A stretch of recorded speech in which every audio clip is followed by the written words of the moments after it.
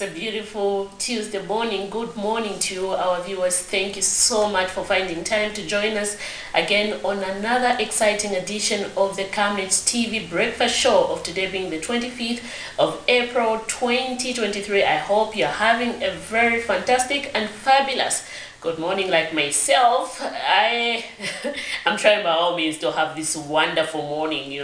These days it's quite hot, but hey, this is a perfect day that you need to wake up and just thank the Lord for giving us this blessed day. We are indeed grateful to God. I am your host, Miriam Kaimba, and right up on now, we'll be taking you for almost an hour or so, where I'll be talking about various issues.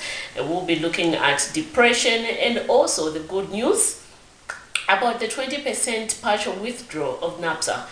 Basically, we'll be looking at that with the education sector, where I will be joined at 8 hours by the National Union for Public and Private Educators of Zambia, NUPE's General Secretary, Mr. Nelson Mwane, who's going to help us, discuss how teachers are benefiting and how are they received this news of the 20% NAPSA partial withdrawal. Later on, I will be joined by a mental health advocate, where we're going to be talking about depression.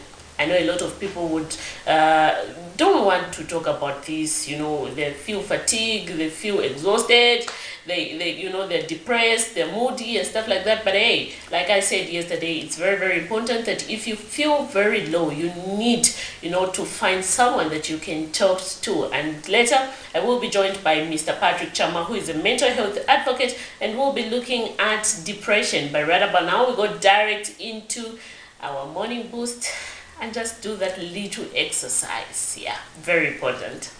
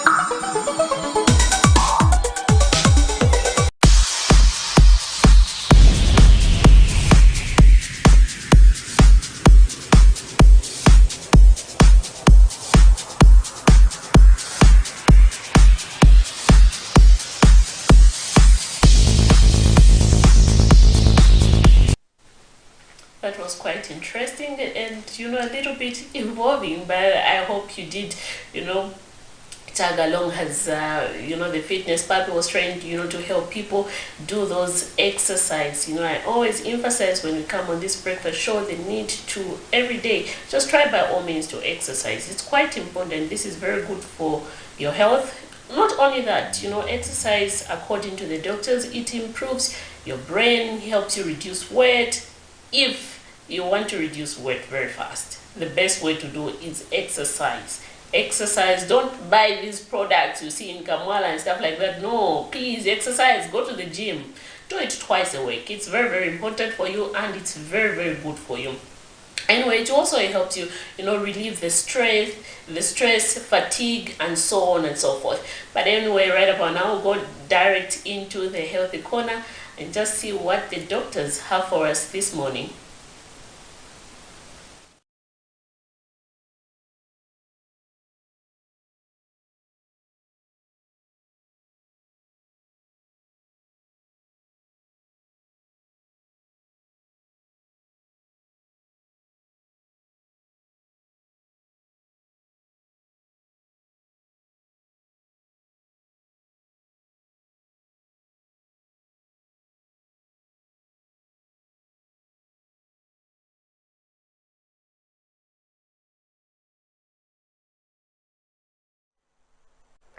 Good morning and welcome to the Health Corner here on the Breakfast Show. I am Dr. Nakobia Namufaya.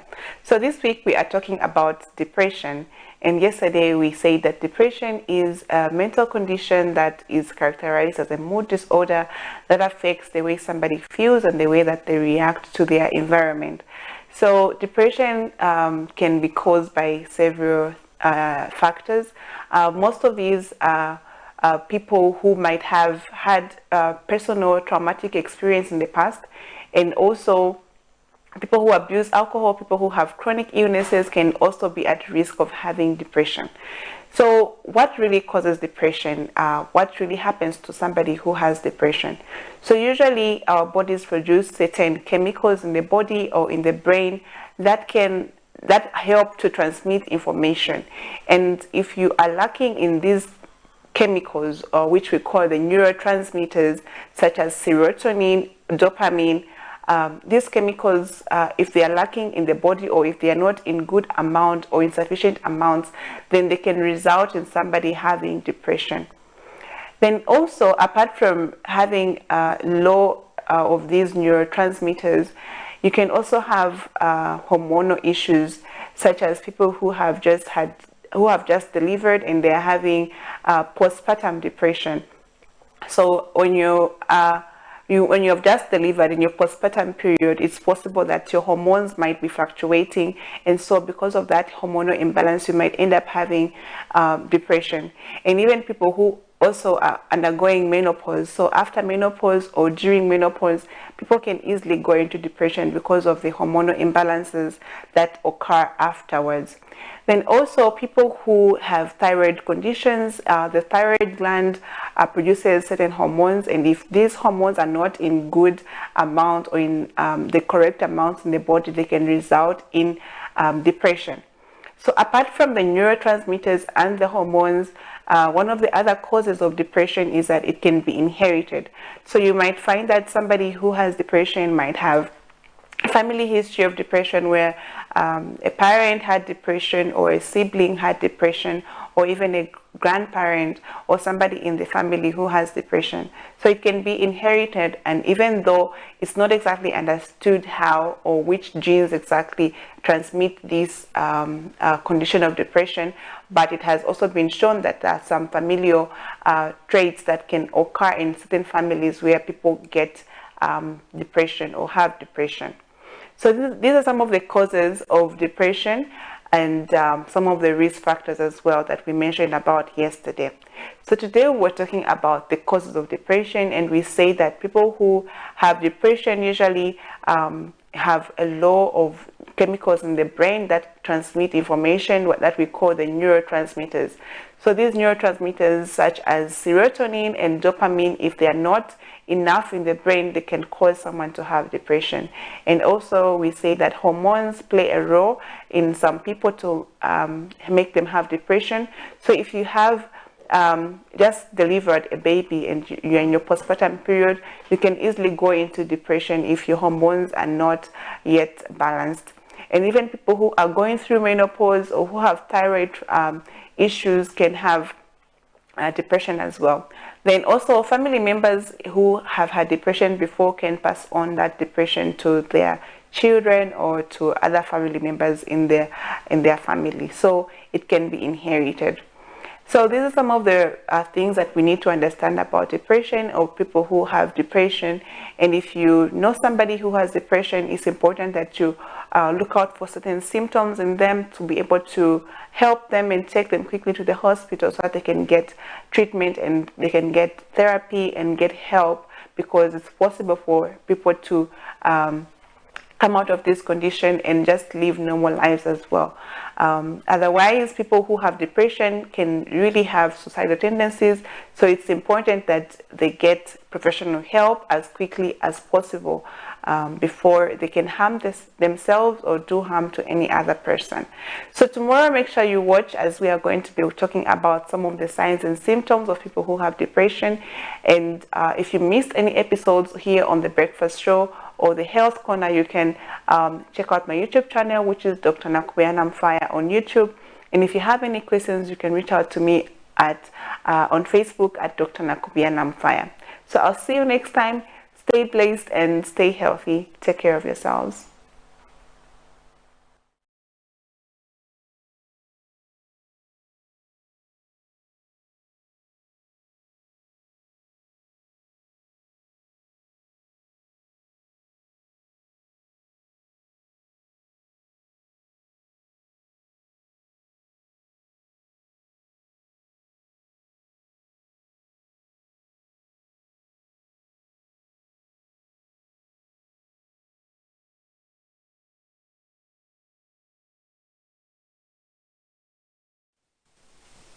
Thank you so much, Doc, for that, beautiful, beautiful, healthy talk. And, one thing I've learned, we shouldn't take things for granted. Like I said, when you have a close friend, a relative who is going through some sort of depression, please make sure that they get the needed help that they need from a professional. They get therapy. Like we have heard, depression can be inherited. Quite interesting anyway. I didn't know that. I basically didn't know that you can inherit depression, but this is this is quite serious. It's also just a reminder to parents out there and relatives, be mindful. You don't want to be depressed and later on pass this symptom to your children. This is quite sad, and we have heard that people who are mostly depressed have suicide thoughts, and this is something that we don't want to see in our society. People killing themselves because they were depressed. This is a high time that if you see a neighbor, if you see a friend, please give them a shoulder. Let them talk to you so that they can heal and get the help that they need. Right about now, we go direct into our money market and just see how our kwacha is performing against other currencies. We have the Great British Pound. They are buying at 21 kwacha 65 ngwe and selling at 22 kwacha 08 ngwe. We have the United States dollar. They are buying at 17 kwacha 14 ngwe and selling at 17 kwacha 75 ngwe. We have the euro. They are buying at 19 kwacha 17 ngwe and selling at 19 kwacha 55 ngwe. We have the South African rand. They are buying at 96 ngwe and selling at 98 ngwe. That is our foreign exchange for today, the 5th of April 2023. I'm very happy with how the dollar is performing. Our kwacha has gained, Yeah, I'm very excited. I'm very excited because I have been talking about this on this program, that we hope to see the dollar coming even to 10 kwacha. We are hoping. We are hoping. Our hopes are very high.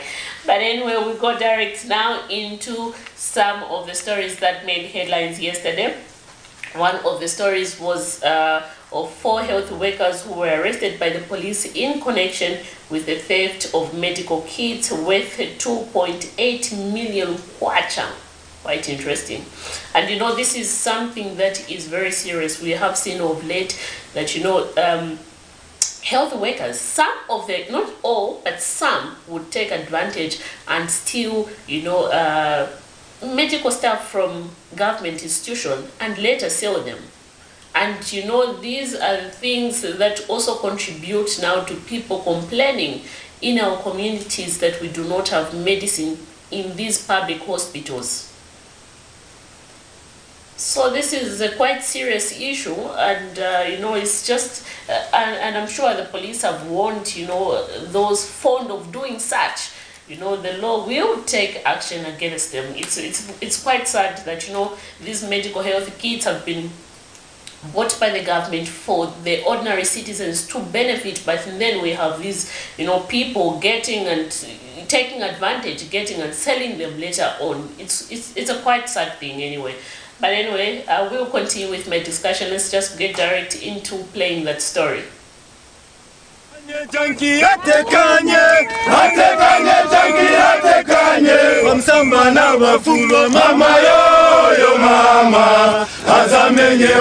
Berets on, boots tied, and guns loaded, men and women in uniform in Lusaka are leaving no stone unturned in fighting criminals who have been terrorizing community members.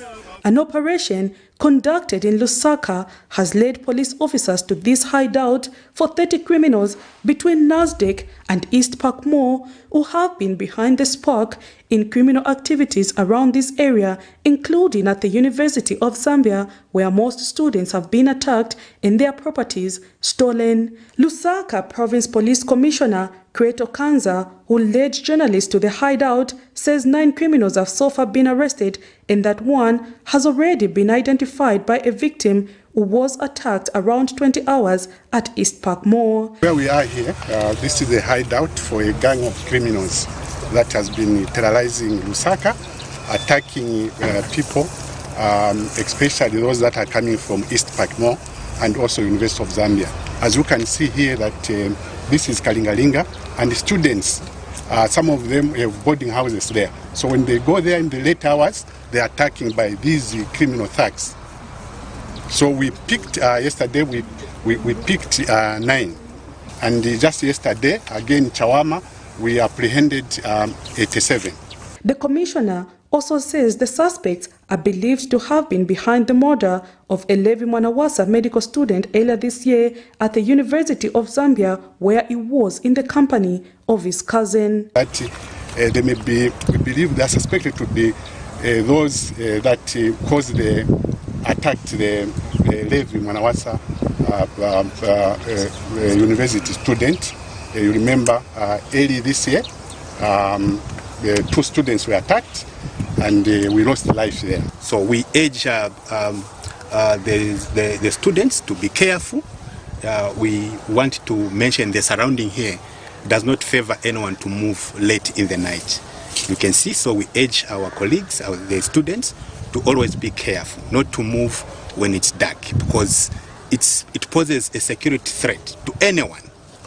So this is a message that we are sending to the student out there. Meanwhile, police have also arrested 4 health workers, among them 2 lab technicians, a driver and a general worker, for the theft of medical kits worth 2.8 million kwacha, which were destined for Matero Level 1 hospital and other health facilities in the district. I believe that these people that they've been going to the provincial office for requisition of medical supplies.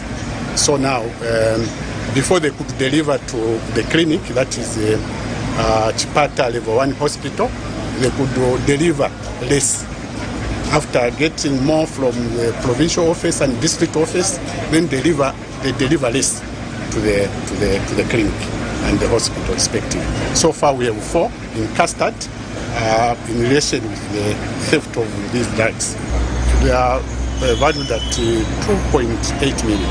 The men and women in uniform have since sent a strong warning to would-be offenders, including gang members locally known as junkies, to be on the lookout.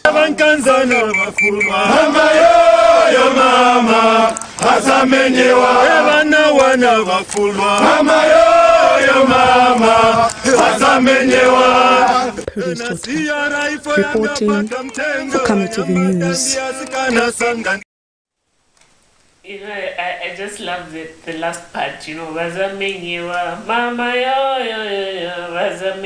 yeah, the police there are sending a strong warning, you know, to the people who are fond of terrorizing communities, apart from the 4 health workers who were arrested of, you know, the theft, in connection with the theft of medical kits with 2.8 million kwacha. The police did also arrest 9 people in connection with criminal activities that have been happening around the University of Zambia and East Park Mall area. We have seen, you know, recently a student was killed just near Levi Manawasa grounds there, was attacked by criminals, and the police are now saying, you know, we're sending warnings, and they are in full operation, where we have seen that so far, currently, I think for the past 2 months, they have been carrying out operation where they are arresting different criminals, alleged criminals anyway, until one is proven guilty by the courts of law, who are fond of terrorizing communities, and these are commonly known in our compound as junkies. But anyway, moving forward, we have another story where Kalikiliki Ward 35 councillor Shadrack Mwanza bemoaned the rise of criminal activities in his ward, which have been as a result of failure by the police to respond to urgent calls due to lack of police vehicles at the police post. In an interview, Mr. Mwanza explains that he has on several occasions been forced to use his own money to finance police movement in cases where crime has occurred, and that his pocket can no longer sustain the operation. This is a very, very good noble cause that we have seen, you know, a councillor coming forth, helping out, you know. This is what the people anyway voted him for. But, you know, one other concern is that the police should ensure that they have these vehicles. Imagine there's a very serious crime that has happened in a particular area. Let's talk about Misisi or Jonling or Chawama or I don't know, Kanyama or Jonling. Then we have police officers saying, you know, I cannot go there because I don't have a vehicle. What does that mean? This is quite sad. This is quite sad, and we hope that, you know, the relevant authorities will take this matter with keen interest to ensure that, you know, police officers are provided with these services, and we don't hear, you know, these excuses of police officers failing to do their work because they are failing to meet in one way or another. Talking about transportation issues, quite sad. Anyway, let's get direct into playing the story, and I will be joined, we'll be moving into our first interview, where I'll be joined by a mental health advocate, Patrick Chama, where we'll be looking at depression. The rise in the population of Kalikiliki compound in Lusaka has resulted in the rise in crime being committed, and police officers have been failing to respond to urgent calls by community members due to lack of a police vehicle at the only police post in the area. Kalikiliki Ward 35 councillor Shadrack Mwanza has told Camnet News that he has in most incidences been forced to use resources from his own pocket to pay for police movement in cases where crime has been committed, but feels he no longer has the capacity to do so. The police have no transportation. So as a councillor, you have to be there, you have to provide transportation, and also police officers are using their own vehicles to go and follow crime. As an area councillor, I won't be managing to release a transportation, to be booking canters. If somebody is maybe we find a dead body in the house, I release money for transportation. I won't be managing, I only get a 3,000. It has since appealed to the Ministry of Home Affairs to consider grabbing one of the vehicles not in use in some ministries and allocate it to Kalikiliki Police Post so that officers can quickly respond whenever they are called upon. So my appeal, and it has been my appeal to the ministry, to all ministries, because we have government offices who are having these vehicles that are just packed. and sometimes maybe every year they put them on auction. So why can't the government just go to some of these offices and just get even a Pajero or Hilux and give it to Kalikiliki police post? Meanwhile, Police Deputy Spokesperson Danny Mwale has acknowledged the challenges that some police posts are facing when it comes to transportation, hence appealing to ward development committees to consider where possible to budget for police vehicles in their wards, as this is one way of helping police fight crime. You've heard time and again the government has assured the members of the public that very soon the Zambia police will be supplied with motor vehicles. So we just appeal to the members of the public to be calm, and for now let's do with what we have. We have to fight crime, whether with vehicles or without vehicles. It is our duty to fight the crime that is being reported in various parts of Mtendele and Kalikiliki. Prudence Chota, reporting for Camnet TV News. For immediate coverage of any breaking or latest news in Zambia and around the world on Camnet Television, call the numbers on your screen.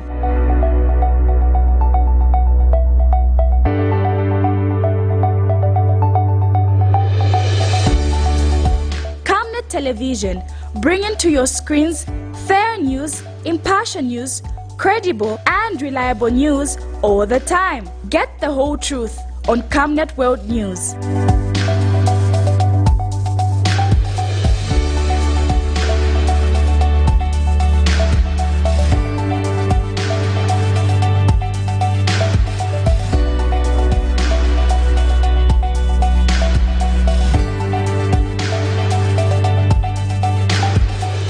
Camnet Television, not just another channel.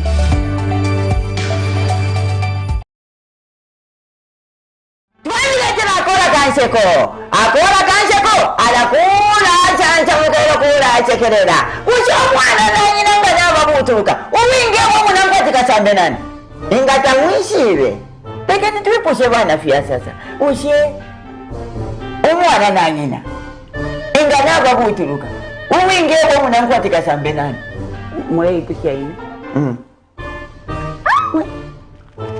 shenya abo mwikere nabo.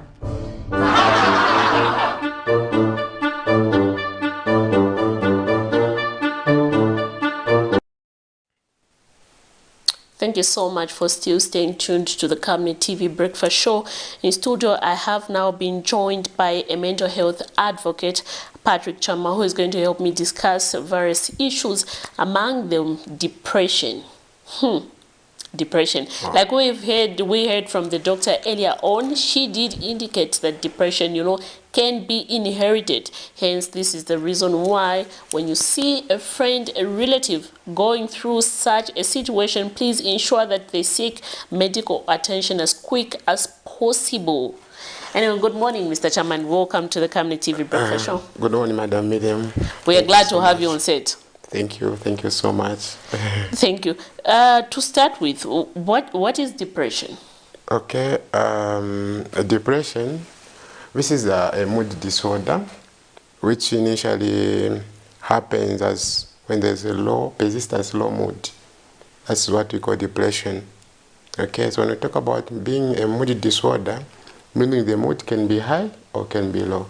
So when there's a low mood in someone, which is as continuous or persistence, the period of 2 weeks, we call it depression. That is the low mood. Now the high mood, it is what we call manic episode. Yes.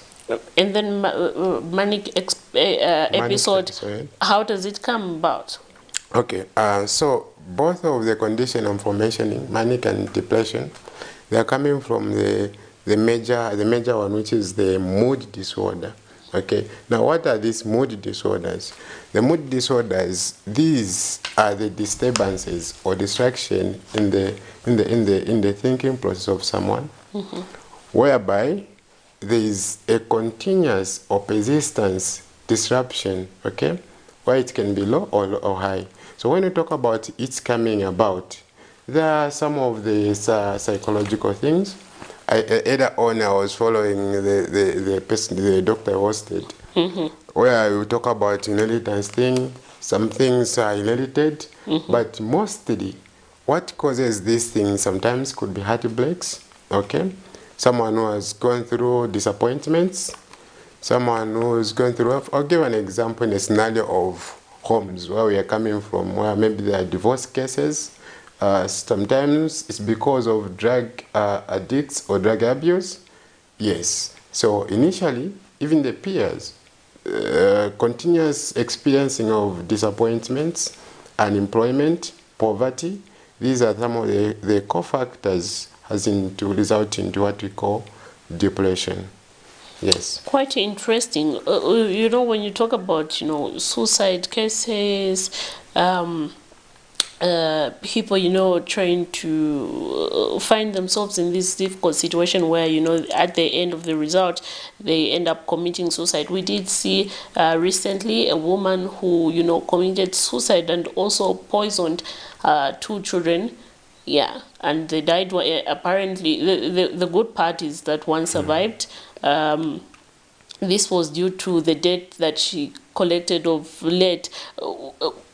Do we have, or have we invested rather enough as a country in terms of issues to deal with depression? Just like we have seen, you know, government, you know, putting much emphasis on other medical situation, have we seen also, you know, as a country investing more in depression to see, you know, centers or clinics being specifically, you know, built for such cases?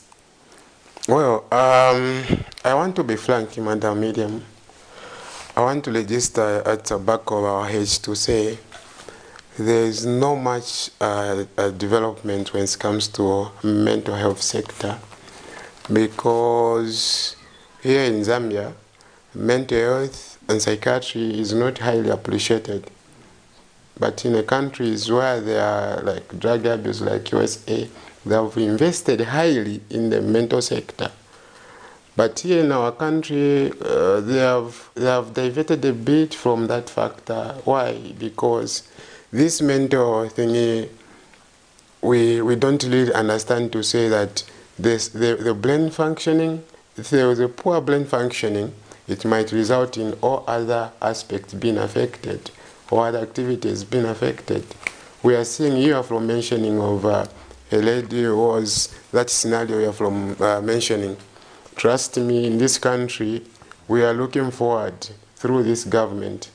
We are looking forward to the country where we are going to have better infrastructures, the medical, the drugs being available in those hospitals, having more professionals who will be trained as psychiatrists, mental health, or clinicians, because by so doing we are going to develop. Trust me, the health country is the wealth country. Now, if the people are moving with those delusional ideas, people are moving with hallucination ideas, people are suffering from grandiose or schizophrenic and depression on its own, they cannot function well. Even here at work, Madam Medium, believe me, if you invited me here, coming here with a low mood, are you getting? Things won't be working accordance. Why? Because I have like in a depressed cases, someone who has suffered from depression, they will have a pressured speech. Are you getting? They will have losing interest in things fast. We are seeing symptoms like someone who is like libido. So all these things we are witnessing might not lead us to a developmental country, or we may not experience that shift of change from Zambia being a poor country to a middle-income country. Of course, of course. So. Now, moving forward, you know, a lot of people, when you talk about mental health, you know, they'll always relate it to someone being mentally disturbed, and we have seen, you know, the discrimination that has been put on Chainama Hills Hospital. Have we seen enough more sensitization on, you know, on relevant stakeholders, let's say the government, coming forth to unite with other people and say, hey, when we talk about mental health issues, we're not only talking about someone who is mentally disturbed. This is what we mean, and this is what we should be investing in. Okay. From that, we are only seeing these people not really from government. I think from government, trust me, Madam Medium, there's no such ideas hasn't been put up. Why? Because as we are talking now, we are just relying on what China as the only infrastructure right now which is offering that. The only institution offering that. Are you seeing that? Now, what about other? The country is big. The population is big. And how many provinces do we have? 10 provinces. Are you expecting all the people to move from Luapula to come to Lusaka seeking for this? So meaning there's much needed to be done before maybe probably the end of this year or even next year. I'm praying that the government can consider mental health and they divert a bit. They include on a budget. Because when you talk about even in China, when you talk about even China, you won't even find maybe probably all the drugs needed to be, all the materials needed. So we are crying to this government. The past is gone. It's now we're talking about the future. And the future belongs to us. The current government, all of us, let's come hand in hand. We partner, we work together as a team. In as much as government is trying to put up some funds in this sector, and we are calling upon those people who are interested in knowing, because mental health is not really necessarily talking about the mental part of it. It's talking about also the physical part of it. This is why when you're talking about it, there are three things. That is the physiological setup, the psychological setup, and also what we are calling now the environmental setup. Are you seeing? So these are some of the things needed to be done by the government to consider to say mental health, the fund must be there. We help out putting up some infrastructures, more infrastructures, and also encouraging citizens, youths like me, to be trained so that at least we can help a number of people out there. Let's talk about the signs and symptoms of depression. Okay, so when you talk about the signs and symptoms of depression, like I either said, so now how would you tell someone whom you are living with in a home, or someone who is found at the same working place, how would you tell that this person is depressed? Number one, there's what you call suicidal ideas, where they will talk about killing themselves, where they're talking about life is not making sense. Are you getting? Then we'll talk about the person is having a low mood, okay? Less energy, which is low self-esteem. This person, they are not confident about whatever they are doing. Are you saying that? So these are some of the signs and some symptoms that you can tell to say, okay, this person is going through this. So I have put it in a figure. What is this? That is number one, the interest, losing of interest in things, which is the apnea, the losing interest in things so fast. Are you seeing? It cannot prolong before they lose the interest. You talk about things, and these are highly affected in marriages, whereby you're just ending up losing interest in your wife, or the wife losing interest in the husband, the wife losing interest in doing the house chores. So you find this, and initially, no matter what happens, that during pregnancy, our mothers, they are highly faced with that. The mood is low, sometimes the mood is high, okay? So when the mood is high again, you tell to say, okay, this is high manic episode or mania, okay? Manic episode where the mood is high. The other one, the mood is low. In depression, the mood, the energy is low. Are you seeing? There's low self-esteem. On the manic episode, there's high self-esteem. What are we talking about here is the prolonged distraction in the day-to-day, because what happens when you have a low self-esteem, Madam Miriam, when someone is suffering from this poor mood episodes, trust me, there is an affection on a day-to-day lives, okay? You would find that someone won't be achieving, a person will be stagnant, okay? You'll be at the same level, won't be moving. Why? Because you cannot catch up with life. You are losing interest fast. You get it? Because life calls for patience.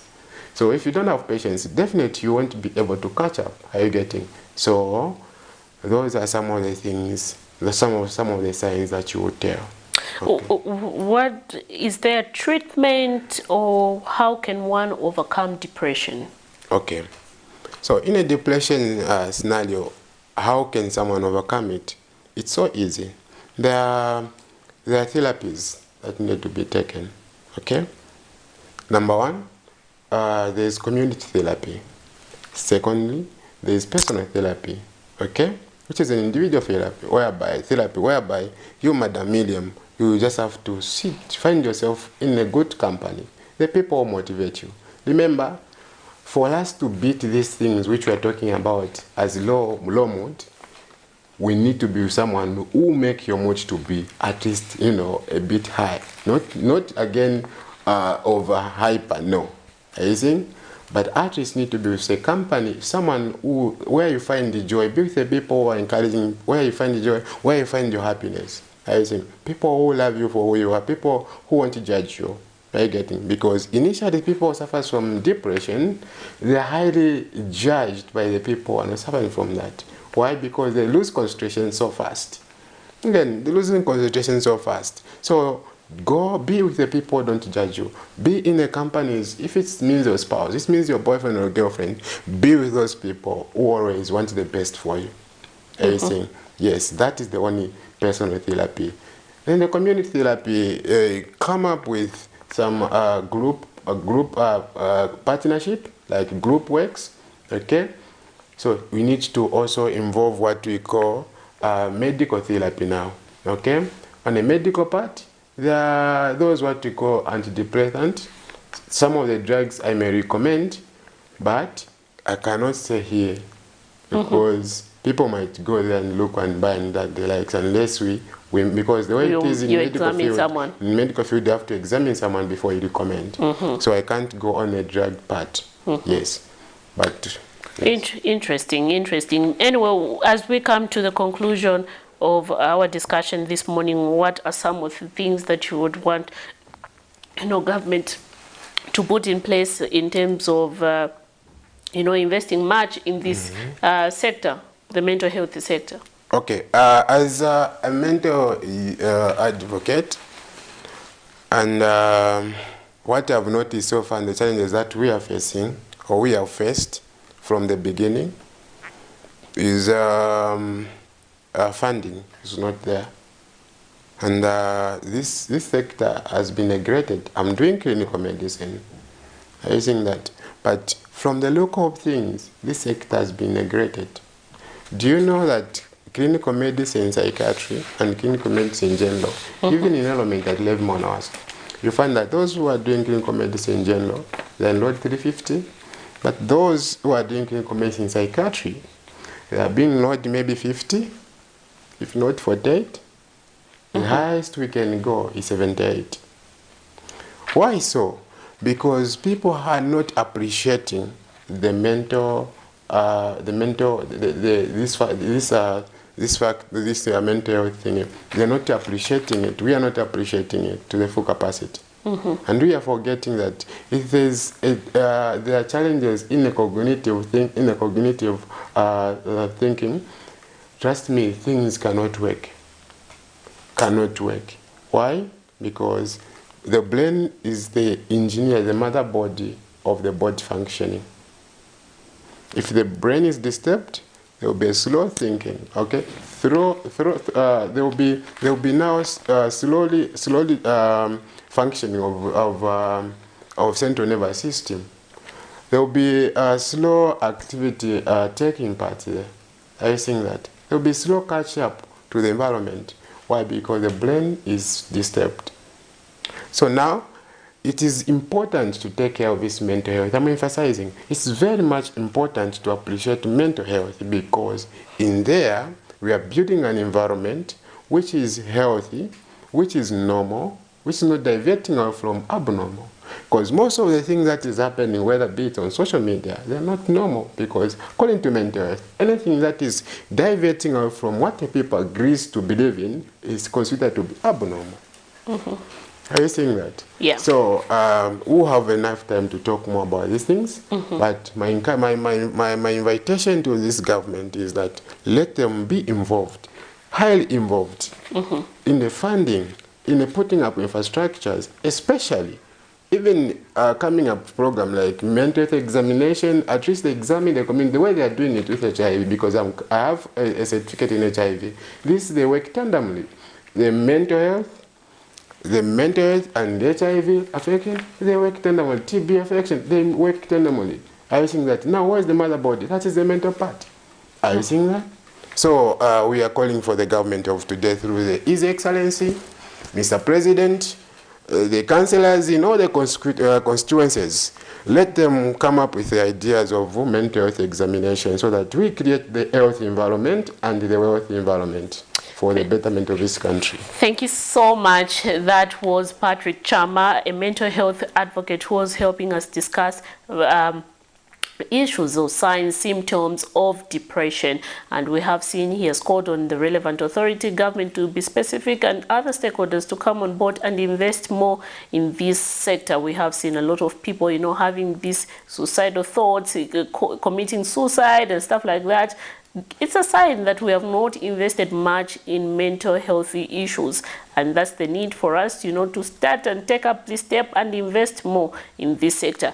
But anyway, moving forward, I will be joined later on shortly by another guest in studio, where I will be looking at how the 20% NAPSA partial withdrawal is helping the teachers. And in studio, I will be joined shortly by National Union for Public and Private Educators of Zambia, NUPE's General Secretary, Mr. Nelson Mwale. Right about now, let's get direct into playing one of the stories done by our reporter, Patrick Soko, who was on the ground just to access the mood on how the people, you know, are coming in multitude, you know, to get their 20% partial benefit from NAPSA. The National Pension Scheme Authority, NAPSA, is currently paying out the 20% partial withdrawal funds to eligible members, and the process has seen many people flocking to the NAPSA offices, and in the case of Lusaka, the number continues to increase as people want their something or money to help themselves out of the financial difficulties by enjoying their sweat while they can, as history shows that many people in the past have ended up dying while chasing their money.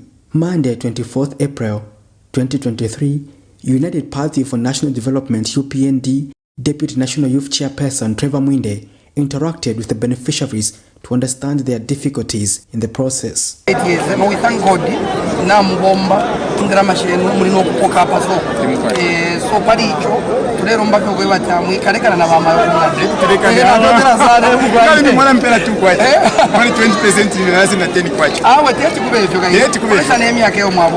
Some people shared with Camnet News that the process is too slow, as seen from the queues. You can do this either online or you can come here physically. I, for one, I think I tried it at first online. It couldn't work out, just twice or so. I was here this morning at 8, not before 8, no, by 8:30 I was here. And Cuba then reached as far as Central Police there. In fact, we started from that far end.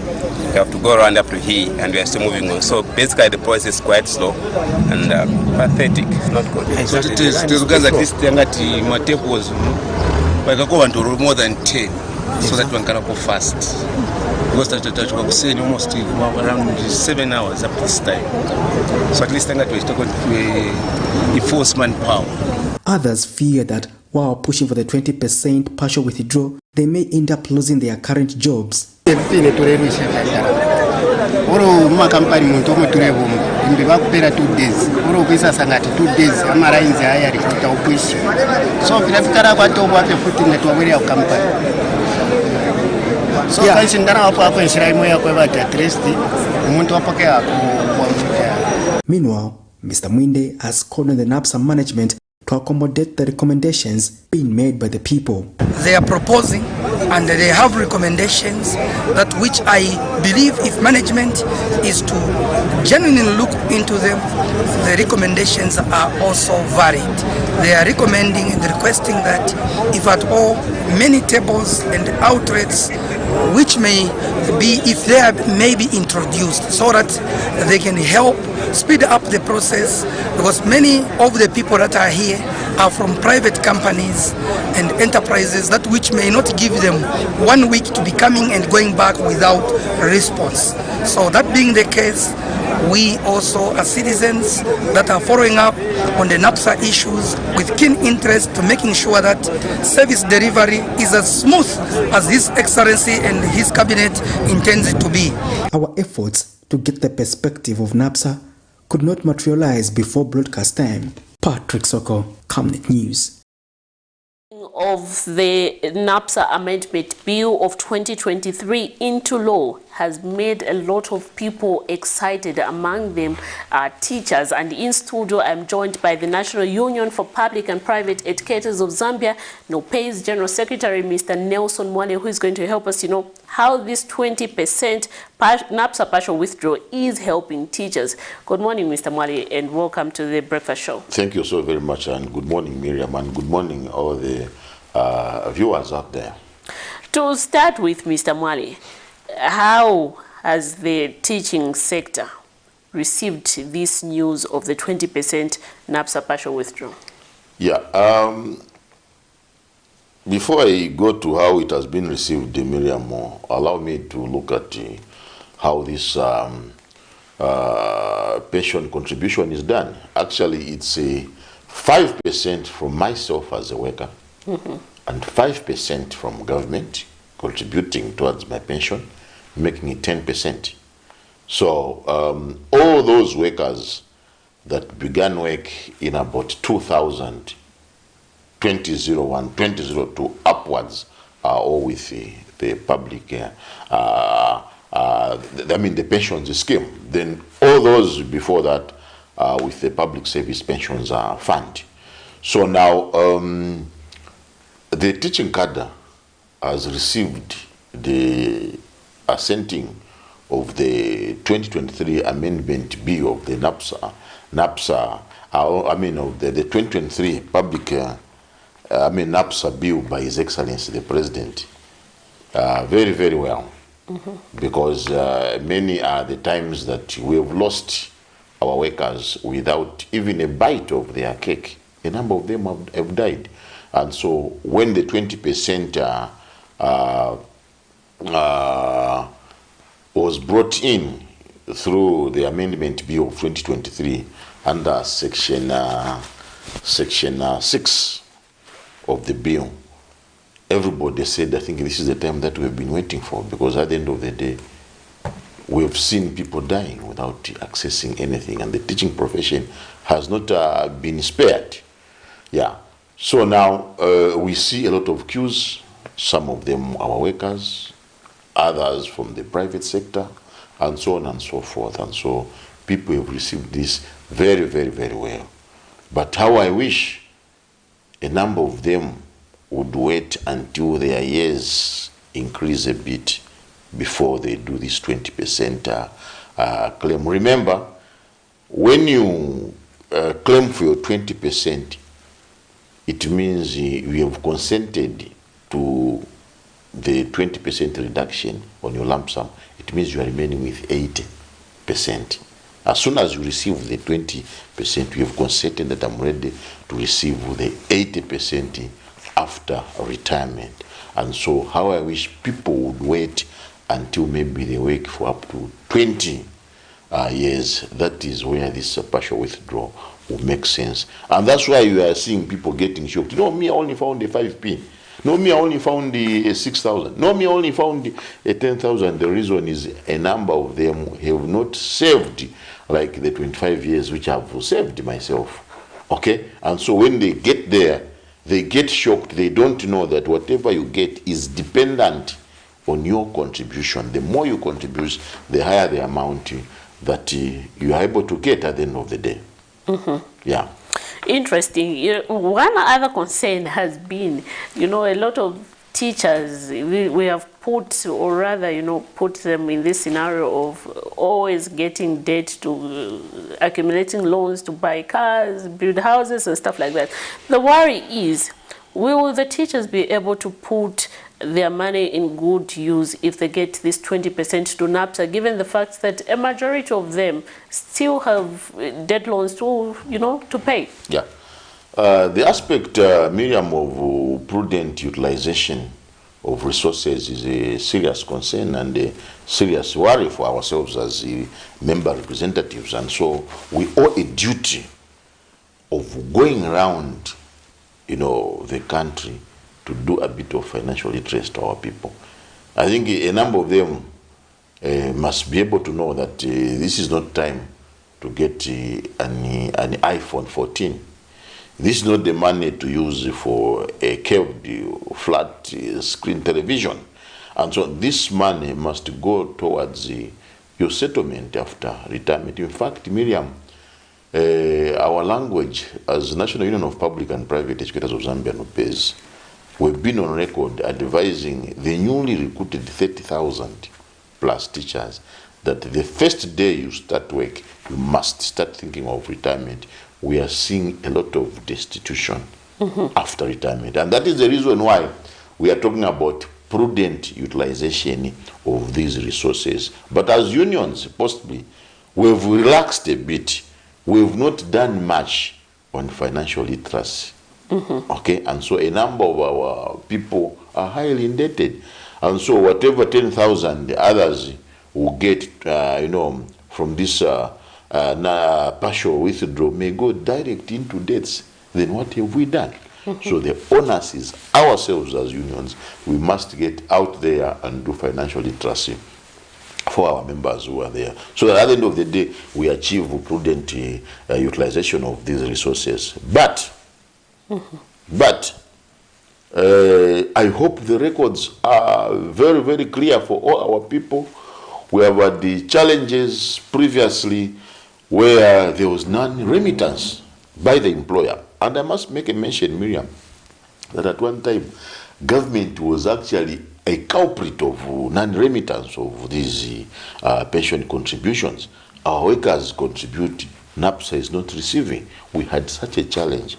But I'm optimistic with the coming of the new dawn. I think the issue of remittance has been excellent, and we appeal for consistency. We appeal for consistency from the new dawn administration, so that with this partial withdrawal, we don't have those, inconsistencies that we saw previously regarding pension contributions. And not only public service workers, we are on record having heard of certain companies that have not been remitting. I think the law provides that every employer has a duty, has an obligation to remit on behalf of the workers. And so we don't expect, lower levels of compliance when it comes to contribution towards pensions. Yes. The other concern has been, we have seen various people from the teaching sector who are saying the pre-retirement benefit will not, that is 20%, is too little, as most teachers cannot meaningfully invest or build decent houses. Do you think government should consider revising this amendment bill and maybe put it at 50%?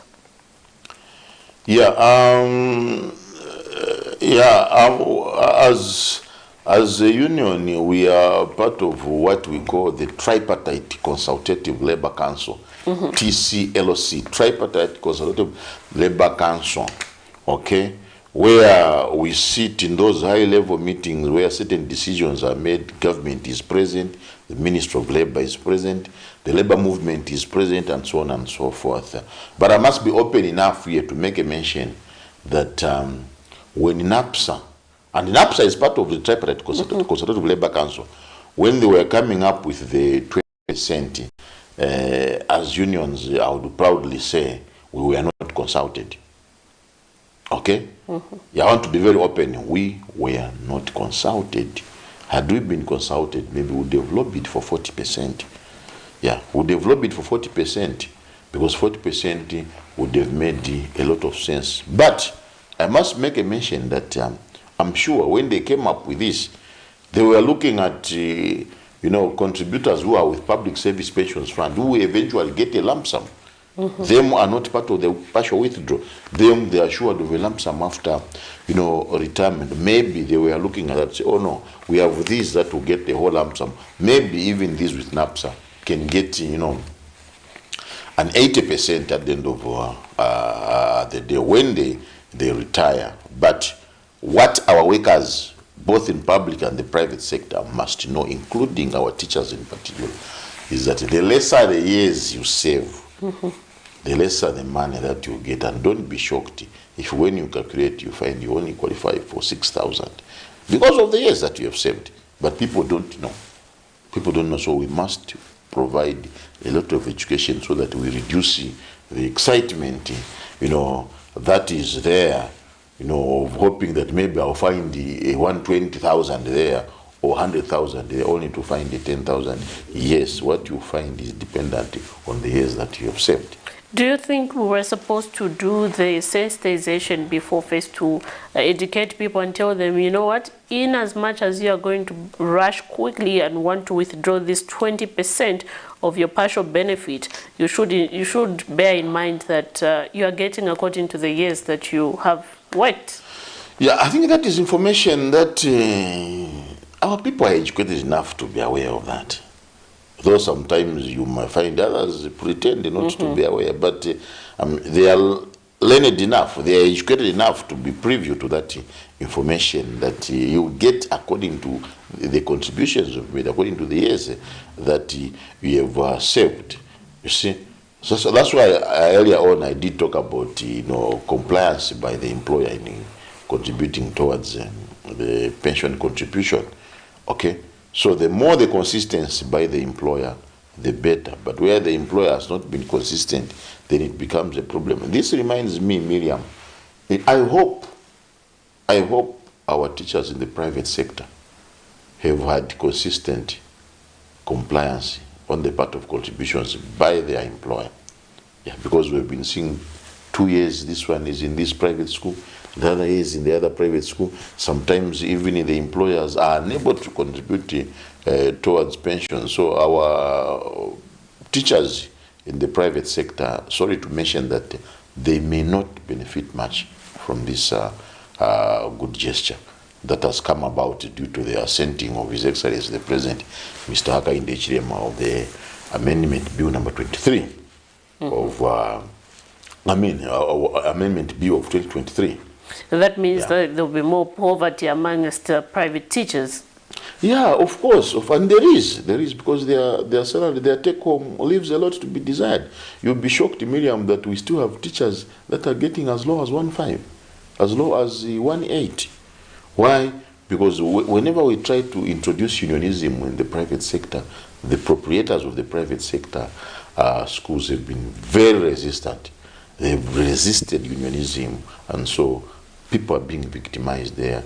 At the end of the day, there are very few that will go up to 2,500. A number of them are less than that. What do you think is the other step that you need to take as a union in order to ensure that these teachers also in the private sectors are also helped? Yeah, I think all we need is help from the Labour Commissioner. The Labour Commissioner, I think, must take a deliberate direction one time of calling the owners of the private schools and encourage them that unionism actually brings stability. Unionism brings harmony in these schools, because a number of owners and directors of these private schools are very, very skeptical about unionism. Even as UNOPES, even if we say National Union of Public and Private Educators of Zambia, we have struggled in the private sector. We have not scored in the private sector in terms of representation.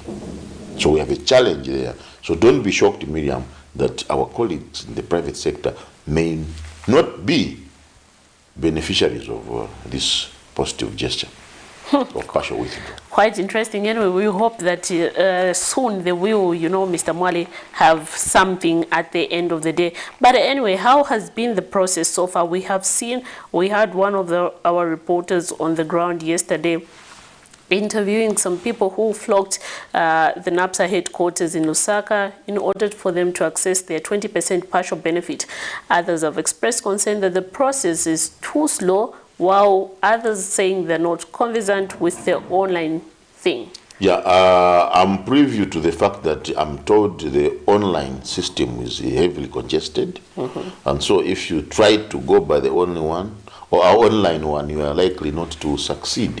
And hence we are seeing a lot of queues, people wanting to access via physical contact with the NAPSA officers. I think I would go by what some gentleman said as I was seeing the clip, that maybe can they have as many outlets as possible. I think they can even empower post office. Remember, during teacher recruitment, we have used the Zampost just to help it also resuscitate. NAPSA can use Zampost. Okay, we have Zampost outlets all over. The advantage with the Zampost outlets is that they are all over countrywide. We can use that. We have banks like NatSave, Zambia Building Society. NAPSA can get into partnership with such partners so that this exercise is done countrywide and the congestion is reduced. Because you realize that if you went to my village in Chipangali right now, you may find there's no NAPSA office. Okay? There's no NAPSA office, but you may find a post office there. Our people have to move all the way from Chipangali to go to Chipata town to access, these NAPSA services. And so NAPSA, I'm appealing to Director General Comrade Muyambango, who is a good comrade of mine, that can they get in touch with post office that traditionally has outlets all over countrywide. I think from the time of Kaunda, we have had the post offices all over in all the flying areas, including our banks like NatSave is equally all over. Zambia Building Society is equally all over. Can they do that so that we reduce on those queues that we are seeing? And we must thank God that there's a reduction in COVID infection. Imagine if COVID infection was as active as it were, how would our people survive with those queues? So we appreciate the gesture, but can NAPSA have outlets all over so that we reduce on those congestions that we are seeing? Anyway, let's pick up this call. Hello, good morning. Hello, good morning. Good morning. You're through to the Camnet TV Breakfast Show. Who are we talking to this morning? We are talking to Martha from Tanzania. It's good to know that you're watching us, sir. Please go ahead with your contribution. Yes, I would like to ask the personnel right there. Please go ahead. Yes, I feel ask teachers who are not part of NAPSA. I feel we are also entitled to benefit.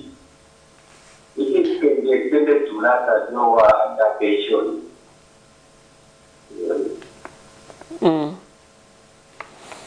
Yes, I want to ask, what is the feeling of the union about that? What is important as well we benefit?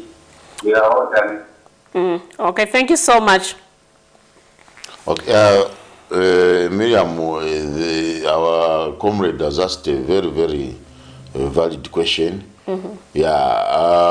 Which we've raised as a concern also, that all those contributing with Public Service Pensions Fund, PSFP, why can't also the law be amended so that they are part of the beneficiaries of this gesture?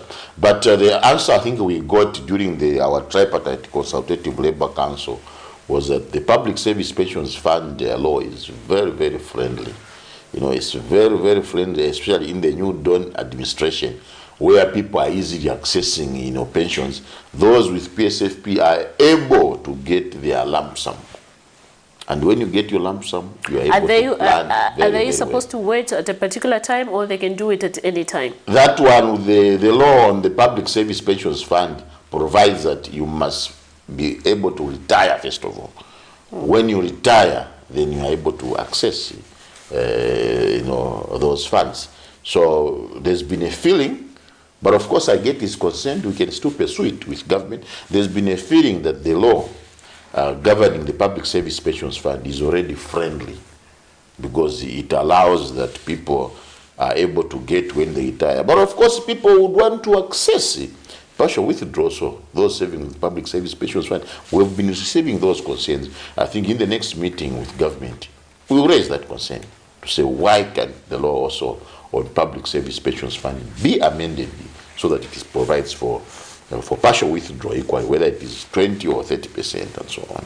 Interesting. They also want to be part of the benefit. And you know, the way life has become, people will tell you that life is short. Exactly. So whatever you gain out of what you have set for, I think it makes a difference. It makes a difference. As you are still alive, you'll be able to plan for your children. You know, I think this 20%, I'm able to get this plot and so on. You're able to access that. Yeah. Anyway, let's speak this other call. Hello, good morning. Good morning. You're through to the Camnet TV Breakfast Show. Who are we talking to this morning? Lungu from Machine. It's good to know that you're watching us. Please, Mr. Lungu, go ahead with your contribution. Yes, good morning, sir. Yeah, good morning, Bonalungu. How is Muchinga today? Muchinga is okay. Very good. Yeah. I just wanted to find out why is it that we can't be helped as teachers? The money that we are going to get is very little, and you have already said it to say it will just go for debt and the like. Why can't we be helped so that if it is the union itself comes up with a certain business where this money can be put together in invest, and then we are getting some benefits from such businesses. We put together the money. Even the government, why can't they maybe say, okay, you invest in Karumbila, as teachers, you put the money together. To be honest, if I get whatever 10,000 or 20,000, it will just go. It will just go. Why can't we be helped with such? Thank you. Thank you so much. Miriam, the brothers, a brilliant idea. I've been hearing in the New Dawn administration where there's been language of forming a cooperative. Form cooperative, yes, from the CPS. And others have even mocked this statement, unfortunately. And yet the formation of cooperatives is a very positive, trajectory towards success. Very positive trajectory. The way the brother is speaking, indeed, imagine you get 10,000 and you are 150 of you. You form a cooperative, you invest that money in that cooperative. I think you are likely to achieve a lot. But believe you me, if we carried out statistics to find out how many are ready to push that money into a cooperative, you find statistically they may be very, very few. Others, they want it hand to mouth. Others, they want it hand to mouth. So the idea that the big man is bringing about, okay, is a very brilliant idea, but a number of our people may not be, for that idea. Unfortunately, we have the challenges with the chirimbas going around where some members have been, so fraudulent in their behavior. Others have not been honest to the others.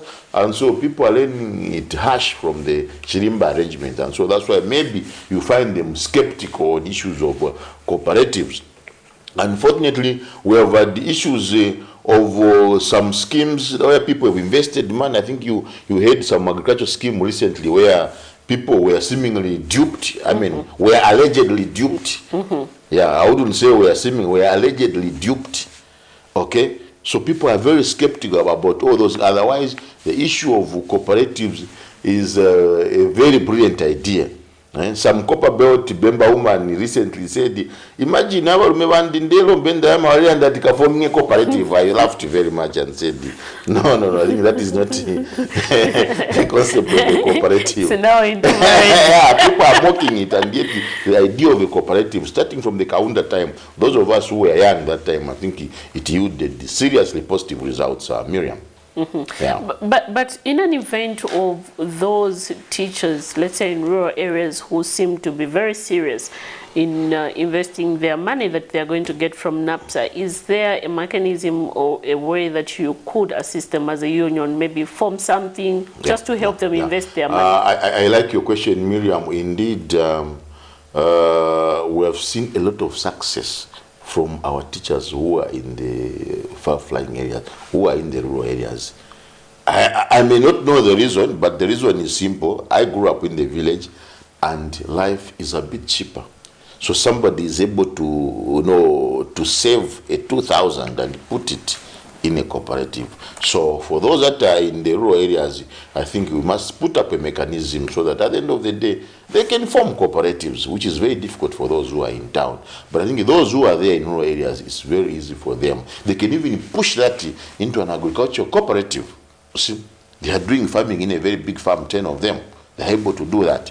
Okay, but here in town, because of the pressures that are here, much of it is that which is hand to mouth, and so the it's temptation very, very of wanting to buy an iPhone. An iPhone. You get your 20%. Yes. First thing you're thinking about is an iPhone. To get a vehicle. Yeah, a vehicle, an iPhone, and so on and so forth. Eh? You get a vehicle and quickly throw it on Yango and so on. There are all those Yango temptations that are there now. So it's easy for our friends in the rural areas, and it's very much possible than it is here in town. Hello, good morning. Hello, good morning. Good morning, how are you? We are fine, thank you. How are you? I'm fine, and how are you? We're good. Please, who are we talking to this morning? Yeah, this is the Great Bertie, calling from Calabo. It's good to know that Calabo is watching. Please go ahead with your contribution. Thank you, thank you. Good morning, Mr. Nelson. Morning. Yeah, good morning, comrade. How are you this morning? I'm fine. Yeah, I've got the challenge on the NAPSA partial withdrawal. Yes, sir. Yes. I'm not sure, but when I go on NAPSA platform, they are saying you only withdraw once, or you only claim once. So I've seen people being excited, going there and they start withdrawing. Now my question is, does it mean that this partial withdrawal, if I withdraw today, am I going to withdraw when I retire again? Yeah. So this is the way I'm feeling to understand the point. When some people are saying you only claim once. Okay. So I just want to get the clearance from there. You know, you're being a general secretary. I think you can have an idea on that issue. Because the people are just excited, and the people are talking about entrepreneurship. Because this part of withdrawal, people are they are withdrawing before they retire. And according to the way I understand NAPSA, I'm a people according to the way I understand NAPSA, they only give me partial percentage of 50%, even when I retire. So I want to find out from you, sir. Okay, now I withdraw this partial withdrawal 10% today, and I'm still waiting. Is there any chance for me to withdraw again when I retire? That is my question. okay, thank you very much, sir. I think you are aware that the law governing the same partial withdrawal is actually recently assented to bill. So it's actually an amendment, okay, of the previous piece of legislation. It's actually an amendment. So what it is that Section 6 of this 2023 Amendment Bill of NAPSA provides that the 20% partial withdrawal is a one-off thing. You are not going to do a 20% withdrawal in 2023 May and again do it in 2025 May. You cannot. Okay? You cannot. It's a once-off thing. When you withdraw this 20%, you have to wait after retirement and get your 80%. I think I must make myself very, very clear. You have to wait for your retirement. After you retire, they will tell you, okay, sir, according to the records, you went to NAPSA Calabo in 2023 and withdrew a 20%. So what you have there, your withdrawal means you consented that now you can only receive 80%, and we have your 80%, here it is. Okay? So that is how it will be. But for someone to believe that this 20% is the only withdrawal, no, it's not like that. There is an 80% that is waiting for you after retirement. That's what the law provides. Interesting. As we get to the conclusion of our breakfast show this morning, Mr. Mwale, what are some of the things that as NOPEZ you would like to see in the education system? Yeah, there are many things that we would like to see. We want our teachers to help campaign against child labor. Yeah, we are seeing many children carrying wheelbarrows and so on in town. They are out of school, you see. And so we are going against the law on child labor. So as we head towards Labor Day, May 1, I think can we campaign against child labor? A number of our learners are out, carrying wheelbarrows. They've run away from school. They are trying to raise a bit of money. Why? Because maybe they are failing to sustain at home. So can we preach against child labor so that our learners are beneficiaries of the free education that the new Dawn administration has brought in? And having said that, Miriam, I always tell you that in as much as we know that Kenneth Kaunda, who is being remembered on 28th April, which is Kenneth Kaunda Day. Is it 28th April? Yes. Kenneth Kaunda Day. We must be able to remember that Kenneth Kaunda was actually a teacher. And so it gives us a lot of pride ourselves to see our own being remembered as a hero of liberation, as a hero of the freedoms and the liberties that we are enjoying now. And so what the masses, what the public must know is that in as much as we eulogize KK as having been a politician, a freedom fighter, we must know that Kenneth Kaunda was actually a teacher. And so we must look at that without any pretense whatsoever. Quite interesting. Anyway, we were looking at how the 20% NAPSA partial withdrawal will be helping teachers, and in studio I was joined by National Union for Public and Private Educators of Zambia, NOPEZ General Secretary, Mr. Nelson Mwale. For me, Miriam Kaimba, this is where I come to the end of our breakfast show this morning, but please do make a date tomorrow with Patrick Soko and Sharon Karimbula as they take you into politics. For me, it's bye-bye and stay blessed.